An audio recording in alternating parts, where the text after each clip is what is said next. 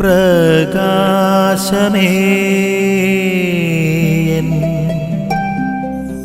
മിഴി തുറക്കുക വേഗം. അക്ഷേർ വംശജയായ അന്നായെ കുറിച്ചാണ് നമ്മൾ ഇന്നിവിടെ കാണുന്നത്. അവൾ രാപകൽ ദൈവത്തെ സ്തുതിച്ചുകൊണ്ട് ദേവാലയത്തിൽ കഴിയുന്ന ഒരു വ്യക്തി.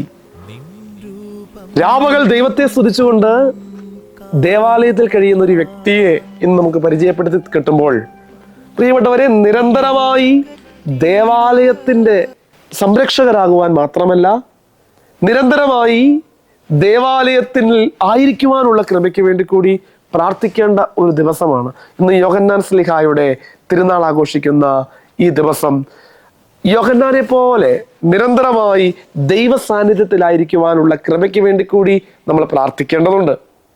അന്ന, അവൾ ദൈവത്തെ മഹത്വപ്പെടുത്തി, ദൈവം നൽകിയതിനൊക്കെ മഹത്വം നൽകിക്കൊണ്ട് ദൈവഭവനത്തിലായിരുന്നവളാണ് അന്ന. അതാണ് പ്രിയപ്പെട്ടവരെ ക്രിസ്തീയ ജീവിതം എന്ന് പറയുന്നതും. ദൈവത്തെ മഹത്വപ്പെടുത്തി ദൈവഭവനത്തിലായിരിക്കുക, ദൈവത്തെ മഹത്വപ്പെടുത്തി ദൈവഭവനത്തിലായിരിക്കുക. അത് ജീവിതത്തിന്റെ വലിയ സന്തോഷമാണ്. ദൈവത്തെ മഹത്വപ്പെടുത്തുന്നവരായി മാറുവാൻ, ദൈവഭവനത്തിലായി മാറുവാനുള്ള കൃപ അന്നയെ പോലെ ഞങ്ങൾക്ക് നൽകണമേ എന്ന് നമുക്ക് ആത്മാർത്ഥമായി പ്രാർത്ഥിക്കാം. ആമേൻ. നിൻ വഴിയേ നടക്ക